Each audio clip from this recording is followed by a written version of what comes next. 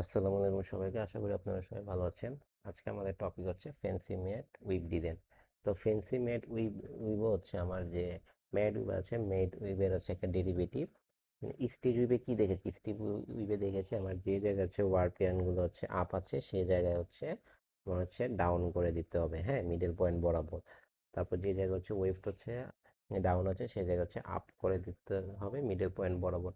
এখন ফেন্সি ম্যাটে করতে হয় কি, ফেন্সি ম্যাটে হচ্ছে আমার হচ্ছে এরকম মনে করেন এটা হচ্ছে আমার 10 বাই 10, ঠিক আছে?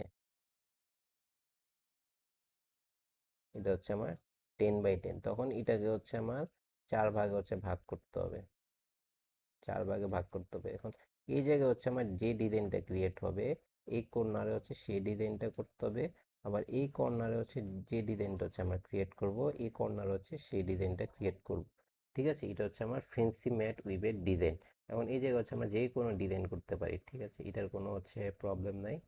কিন্তু কিছু হচ্ছে নিয়ম আছে, সেই নিয়ম হচ্ছে ফলো করে হচ্ছে আমার ডিজাইনটা হচ্ছে ক্রিয়েট করতে হবে। এটা কনস্ট্রাকশন প্রিন্সিপাল কি, কনস্ট্রাকশন হচ্ছে derive from stitch mat weave, যেহেতু স্টিচ ম্যাট উইভের একটা ডেরিভেশন।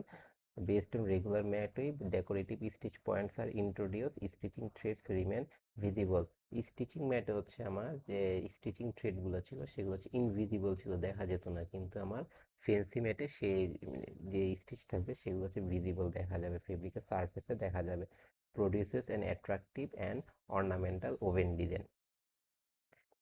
তো এখানে ফেন্সি ম্যাট কত দেওয়া আছে, 5 আপ 5 ডাউন, তারপর হচ্ছে 5 দেওয়া আছে, তার মানে রিপিট ইউনিট কত হবে, ওয়ার্প আপ আর ওয়ার্প ডাউনের কি হবে, যোগফল হবে হচ্ছে 5 + 5 হচ্ছে 10, তো হচ্ছে 10/10, রিপিট ইউনিট হচ্ছে 10/10, এই 10/10 হচ্ছে আমরা নিলাম।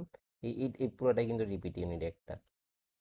এবার হচ্ছে আমরা যদি ডিজাইন ক্রিয়েট করি, ফার্স্টে কি করতে হবে, ফার্স্টে বলেছি যেহেতু 10/10, তার মানে হচ্ছে আমার হচ্ছে ভাগ করে নিতে হবে, 5 5 করে ভাগ করে নিতে হবে।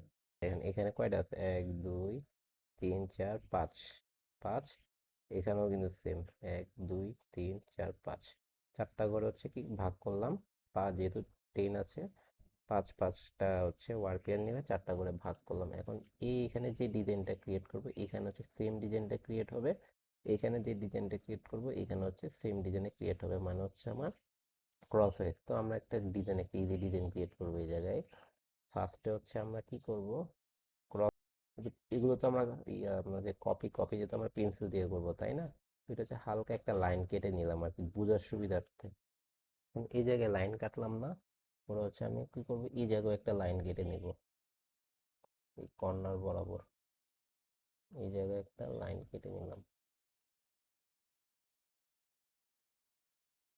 বোঝার সুবিধার্থে দিচ্ছি লাইন কেটে কেটে, কিন্তু এক্সামে লাইন কাটা যাবে না আর কি, হালকা পেন্সিল দিয়ে একটা দাগ দিতে পারেন ইজি, যাতে হচ্ছে ডিজাইনটা ভুল না হয়।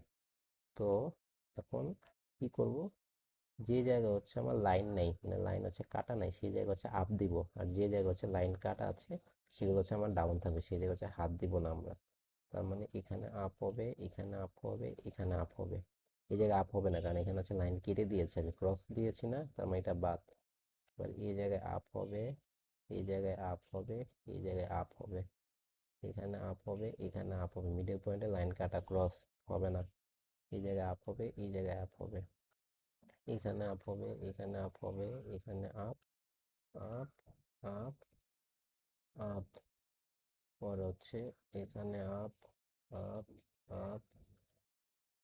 তার মানে কি করলাম, আমার হচ্ছে যে জায়গা হচ্ছে ক্রস নাই সেই জায়গা হচ্ছে আপ করে দিলাম, যে জায়গায় ক্রস আছে সেগুলো হচ্ছে আমার ডাউনই থাকলো, ঠিক আছে, মানে হচ্ছে ডাউন, ওয়ার্পিং হচ্ছে ওয়েভ টেনের নিচে দিয়ে গেল আর কি, ডাউন হয়েছে।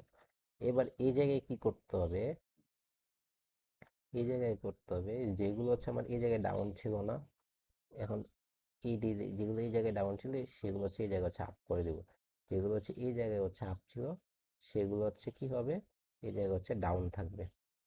তো আমার ডাউন ছিল কোন কোন জায়গায়, ডাউন ছিল এই জায়গায় হচ্ছে ডাউন ছিল, তার মানে হচ্ছে আপ, এই জায়গায় হচ্ছে আপ, তারপর হচ্ছে এই কর্নারে হচ্ছে আপ, তারপর হচ্ছে এই জায়গায় হচ্ছে আপ, পরে এখানে হচ্ছে আপ, দেন হচ্ছে আমার এই জায়গায় হচ্ছে, এখানে হচ্ছে ডাউন ছিল তার মানে হচ্ছে এই জায়গায় হচ্ছে আপ করে দিয়েছি।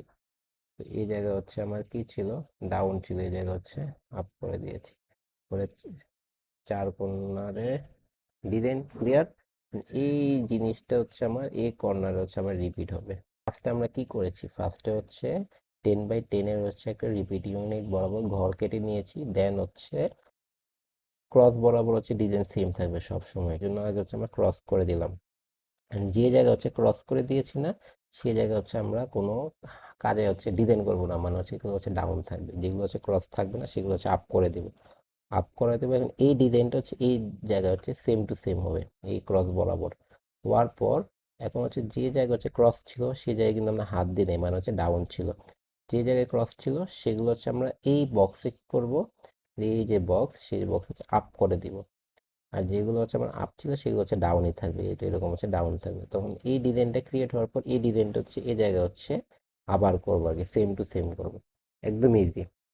এটা হচ্ছে আমার ফেন্সি ম্যাট। তো এটার যদি আমরা ড্রাফটিং প্ল্যানটা করি, ড্রাফটিং প্ল্যানে এক নাম্বার হিল ফ্রেমে দিলাম, 1 আর 2 এর মিল নেই, তার মানে হচ্ছে আমার 2 নাম্বার হিল ফ্রেম দিয়ে যাবে। তারপর হচ্ছে 3 আর 4-এর মিল আছে দেখি, 2 আপ 1 ডাউন, না মিল নেই, তার মানে হচ্ছে 3 নাম্বার হিল ফ্রেম দিয়ে যাবে। 4 নাম্বার হচ্ছে 1 আপ 1 ডাউন, 1 আপ 1 ডাউন, তার মানে হচ্ছে কি 2 আর 4 কিন্তু ডিজাইন শেপ, তার মানে হচ্ছে 2 নাম্বার হিল ফ্রেম দিয়ে গেল। 5 নাম্বার আর 1 নাম্বার ডিজাইন শেপ, মানে হচ্ছে 1 up 1 down 3 up, 1 down 1 up, তারপর হচ্ছে 3 ডাউন। এই জায়গায় দেখেন 1 ডাউন 3 আপ, সেম হচ্ছে 5 আর 1 নাম্বার ডিজাইন সেম, তার মানে হচ্ছে এটা আমার 1 নাম্বার হিল ফ্রেম দিয়ে যাবে। ওকে, দেন এবার 6-এর ক্ষেত্রে কারোর সাথে মিল আছে, 1 আপ 3 ডাউন, 1 আপ 3 ডাউন মিল নেই, তার মানে এটা হচ্ছে অন্য একটা হিল ফ্রেমে দিতে হবে আমাদের। 7 নাম্বারও মিল নেই, আর একটা হিল ফ্রেমে দিতে হবে। 8 নাম্বার মিল আছে, 3 আপ 1 2 3 4 5, মানে 5 ডাউন 2 আপ, না মিল নেই, তার মানে হচ্ছে আরেকটা হিল ফ্রেমে দিতে হবে। দেন হচ্ছে আমাদের 9 নাম্বারটা দেখি, 1 down 1 up 1 down 1 up, 1 down 1 up, এই তো 7 নাম্বারের সাথে মিল আছে। ঠিক আছে, তো হচ্ছে 7 নাম্বার দিয়েছি আমি 5 নাম্বারে, তো হচ্ছে এটা হচ্ছে 5 নাম্বার হিল ফ্রেম দিয়ে যাবে। 10 নাম্বারটা হচ্ছে আমার 6 নাম্বার সাথে মিল আছে, তার মানে হচ্ছে এটা আমার 4 নাম্বার হিল ফ্রেম দিয়ে যাবে। এই তো শেষ। এটা হচ্ছে আমার ড্রাফটিং প্ল্যান। এখন লিফটিং প্ল্যানটা কি হবে, এখানে যেহেতু 6টা হচ্ছে হিল ফ্রেম আছে, তো 6টা হচ্ছে বক্স করে নেব, বক্স করার পর অ্যারো মার্কস দিতে হবে, এরকম করে হচ্ছে অ্যারো মার্ক দেবো। অ্যারো মার্ক করার পর এবার হচ্ছে 1 নাম্বার হিল ফ্রেমের ডিজাইন কোনটা, ডিজাইন হচ্ছে এটা, এটা হচ্ছে এই জায়গায় হবে।